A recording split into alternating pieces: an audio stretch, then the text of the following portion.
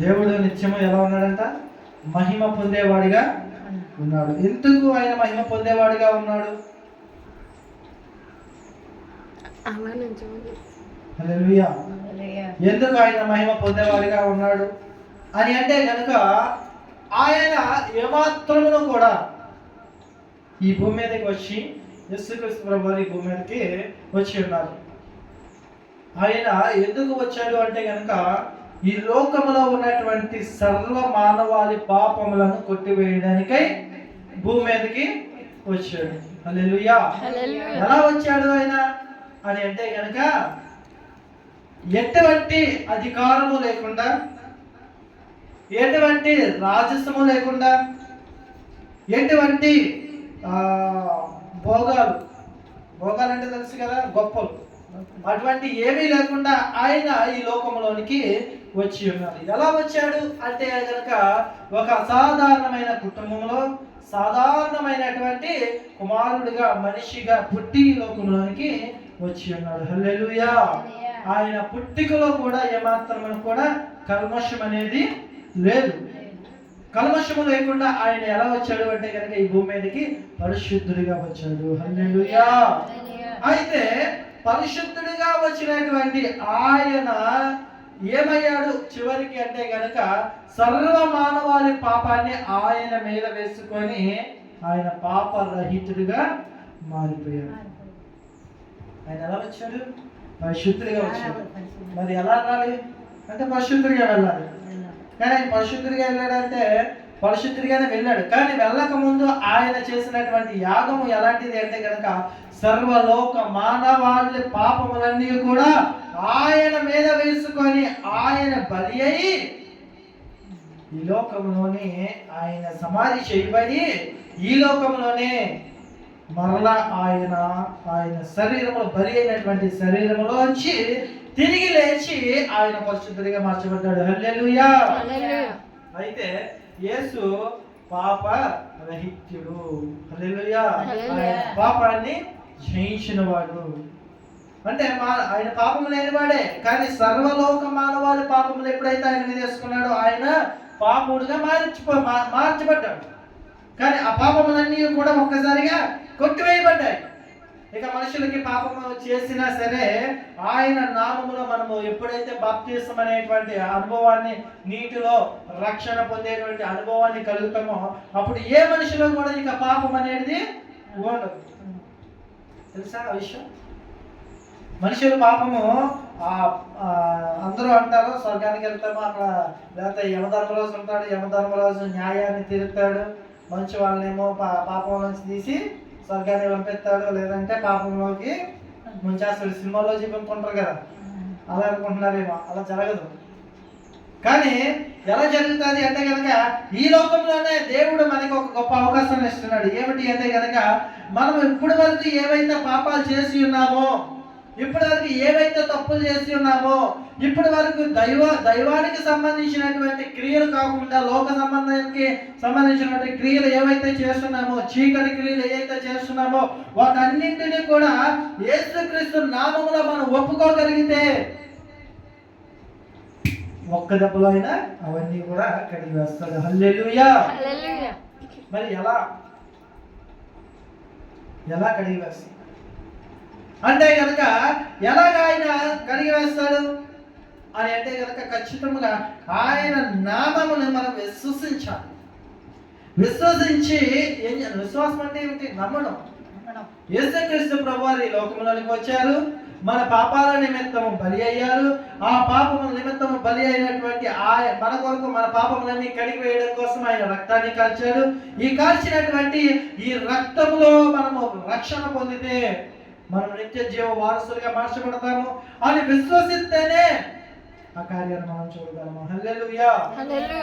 అయితే దాని గురించి కొన్ని విషయాలు నేను మీకు తెలియజేస్తాను. చూడండి, సమస్త విషయములలో శోధింపబడిన ఆయన పాపము లేని వాడిగా ఉండేది. అయితే యేసుక్రీస్తు ప్రభువారు ఈ లోకంలోనికి వచ్చిన తర్వాత మనుషుల పాపములు మాత్రమే ఆయనను పాపులుగా చేసినవి తప్ప అతను ఏమాత్రమును కూడా పాపి అవ్వలేదు. అనేక విషయాలు అతను శోధించినాయి అంట. లోకంలోనికి వచ్చిన తర్వాత ప్రతి మనిషికి శోధనలు అనేవి తప్పవు, శ్రమలు అనేవి తప్పవు. శ్రమలు అనేవి ఉంటాయి, శోధనలు అనేవి ఉంటాయి. అపవాది ఏదో ఒక విధముగా మనిషిని శోధిస్తూనే వస్తాడు. ఆ శోధనలో మనం పడకుండా నిత్యం ప్రార్థన చేయగలిగితే కనుక మనము నిత్య జీవ వారసులుగా మార్చబడతాము. అయితే యేసుక్రీస్తు ప్రభు వారికి కూడా శోధన వచ్చింది, కానీ ఆ శోధన నుంచి ఆయన ఏం చేశాడంట? తప్పించుకున్నాడు. ఆ శోధనలో ఆయన పడిపోలేదు, అందుకే ఆయన పరిశుద్ధుడు, అందుకే ఆయన పాపరహితుడు. చూడండి, చూపిస్తారు మీకు. హెబ్రీయులకు రాసినటువంటి పత్రిక, సమస్త విషయములలో శోధింపబడినను, యేసుక్రీస్తు ప్రభువారు సమస్త విషయములలో శోధింపబడినను, ఆయన పాపము లేని వాడిగా ఉండెను. కానీ మనిషి శోధింపబడ్డాడు అంటే శోధనలో ఖచ్చితంగా పడిపోతాడు, అందుకే మనిషి పాపగా మారిపోతున్నాడు. ఏదైనా ఉదాహరణకి చూడండి, కొంతమంది కుర్రాళ్ళు సినిమాలు చూస్తూ ఉంటారు. సినిమాలు చూసిన తర్వాత ఆ సినిమాలో ఉన్నటువంటి హీరో క్యారెక్టర్లోనికో విలన్ క్యారెక్టర్లోకో వెళ్ళిపోతూ ఉంటాడు. ఇది అవునా కదంటారా? అదేంటంటే శోధన. సినిమా ఏం చేస్తుందంటే శోధిస్తాడు. తెలుసండి? చూడండి, ఈ మధ్యకాలంలోనే చాలా మంది ఏ సినిమాది ఆలోచించిన పుష్ప వచ్చింది. ప్రతి ఒక్క కుర్రోడు కూడా ఇంకా ఏం చేస్తున్నాడు? పుష్ప పుష్ప పుష్ప అని చెప్పేసి ఆ గడ్డాలను తగ్గుకుంటూ ఉంటుంటారు. అన్నట్టు కదా, అది శోధన.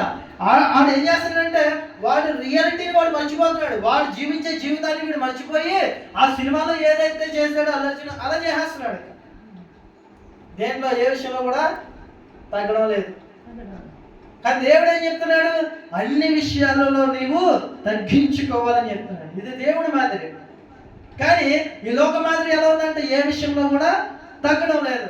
తల్లిదండ్రులు చెప్పే మాట కొడుకులు వినకుండా తగ్గడం లేదు. తల్లిదండ్రుల మాట వింటున్నారు ఈరోజు? ఏదన్నా అంటే సినిమా డైలాగులు కొడుతూ ఉంటుంటారు. తల్లిదండ్రులు చెప్పిన మాట వినకుండా వారికి నచ్చినట్లు చేస్తూ ఇది చేస్తూ ఉంటారు.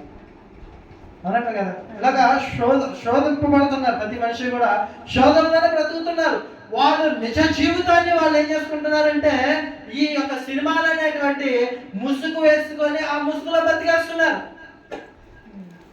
ఇంకా చూడాలంటే యూట్యూబ్లోని వీడియోస్లోని షార్ట్స్ వస్తుంటాయి. వాళ్ళు ఎలాగైతే జీవిస్తున్నారో ఆ జీవితాలు వీళ్ళు జీవిస్తున్నారు. పాపం కుర్రోలు అయ్యుండొచ్చు, పెద్దలు అయ్యుండొచ్చు, ఎవరైనా సరే వీరి జీవితం ఏంటి అనేది మర్చిపోతున్నారు. వాళ్ళు ఏదైతే చూస్తున్నారో దాంట్లో ఆ భ్రమలో వీరు బ్రతుకుతూ ఉంటున్నారు. అదే శోధన. అలాంటి శోధనలో బ్రతకూడదు. అది లోకము వారిని ఆకట్టుకుంటున్నటువంటి విషయం. అది దేవునికి విరోధమైనటువంటి విషయం. అది దేవుడు ఎలా చెప్పాడు దాని ప్రకారం జీవించాలి. యేసుక్రీస్తు ప్రభు వారు ఈ లోకమునకు వచ్చి బ్రతికిన కాలం కూడా శోధనలు వచ్చినాయి ఆయన మీదకి. అపవాది శోధించలేదా? ప్రార్థన చేసుకొని ఆయన వస్తూ ఉండగా ఏమని అంటాడు? తీసుకొని వెళ్ళి ఇదిగో వాక్యంలో రాయబడి ఉన్నది కదా, ఈ రాయిని రొట్టె చేసుకొని నువ్వు తిను అంటాడు. అప్పుడు యేసుక్రీస్తు ఏమంటారు? దేవుని కుమారుడు రొట్టె వెళ్ళ కాదు కానీ దేవుని మాటలు బ్రతుకుతున్నాడు. హల్లెలూయా. అలా శోధనపడ్డాడు. అశోధనలో పడలేదు. ఇంకా 2-3 శోధనలు ఉన్నాయి. అయితే అంతకంటే ముందు మన వాక్యంలోకి వెళ్దాం. చూడండి, హెబ్రీయులకు రాసినటువంటి పత్రికలో ఉంటుంది. ఆయన శోధన అనేది ఆయన శోధనలోనికి పడలేదు, ఆగాడు. ఎంతమంది ఎన్ని విధాలుగా అపవాది శోధించినా సరే ఆయన శోధనలోనికి ప్రవేశించలేదు. అందుకే ఆయన పరిశుద్ధుడిగా మార్చబడ్డాడు. హల్లెలూయా. చూడండి, హెబ్రీయులకు రాసిన పత్రిక 4వ అధ్యాయము 15వ వచనం నుంచి చూద్దాం. మన ప్రధాన యాజకుడు మన బలహీనతల యందు మనతో సహానుభావము లేనివాడు కాడు గాని సమస్త విషయములలోను మన వలనే శోధింపబడినను ఆయన పాపము లేనివాడిగా ఉండెను. హల్లెలూయా. మన ప్రధాన యాజకుడైన ప్రభువారు మన బలహీనతల యందు మనతో సహానుభావం లేనివాడు కాడు గాని ఆయన ఏంటంట? తర్వాత ఏంటి? సమస్త విషయములలో మనవలే శోధింపబడిన వాడు. హల్లెలూయా. మనలాగే అంట. యేసుక్రీస్తు ప్రభువారు ఆయన దేవుని కుమారుడు కదా అని చెప్పేసి శోధించడం మానలేదు అపవాది. శోధిస్తూనే వచ్చింది.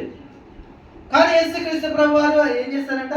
ఆయన పాపము లేనివాడిగా ఉండేను. ఆ శోధంలో ఆయన పడలేదు కాబట్టి ఆయనకి ఏ పాపము కూడా లేదు. హల్లెలూయా. అందుకే ఆయన పాపరహితుడు, పాపము లేనివాడు. మనుషులు మరి పాపంలో ఎందుకు పడిపోతున్నారు అంటే కనుక ఈ శోధనలో పడిపోతున్నారు కాబట్టి పాపంలో పడిపోతున్నారు. శోధనలో పడ్డమా పాపంలో పడ్డారు. సినిమాలు ఏం చేస్తాయంటే మనుషుల్ని శోధిస్తాయి.